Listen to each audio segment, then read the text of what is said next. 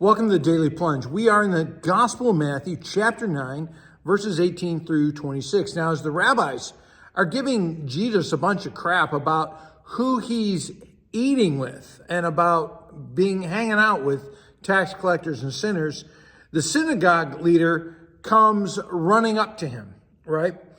And he's desperate. He's desperate because his little girl has died. And he calls on this man, the great physician, to come. The great physician who is who has come for sinners who are sick with sin. Because in Jesus, God is bringing a whole new kingdom in him. It's present in him. And so the synagogue leader says, my daughter has just died. And you can just imagine how horrible and hopeless this man feels. I mean, he's been gut punched, right? It's a horrible situation.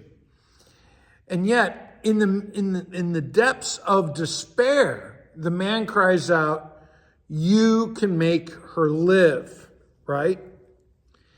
And he asserts his faith, even in front of the rabbis.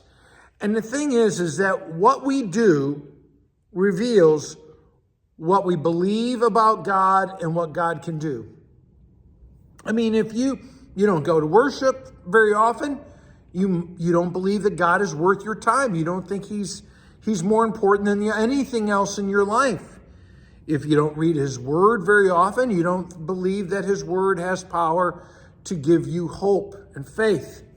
I mean, our spiritual habits reveal what we believe about God. And so if you pray little, you don't expect God to do much in your life. And so in the midst of this, as this man is begging with Jesus to come to his house, and he's trying to lead him through the crowd, right? A woman who's been bleeding for 12 years comes up to him as well. Now she is dying desperate. She is desperate in the midst of her dying body for hope.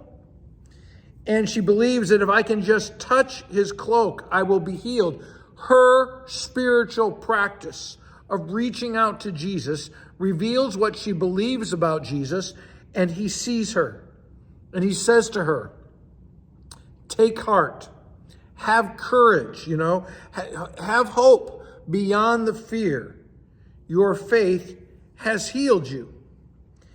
Now, I want to think about that is that when we are going through difficult times, when we're desperate, do we show up for Jesus? Are we looking for him?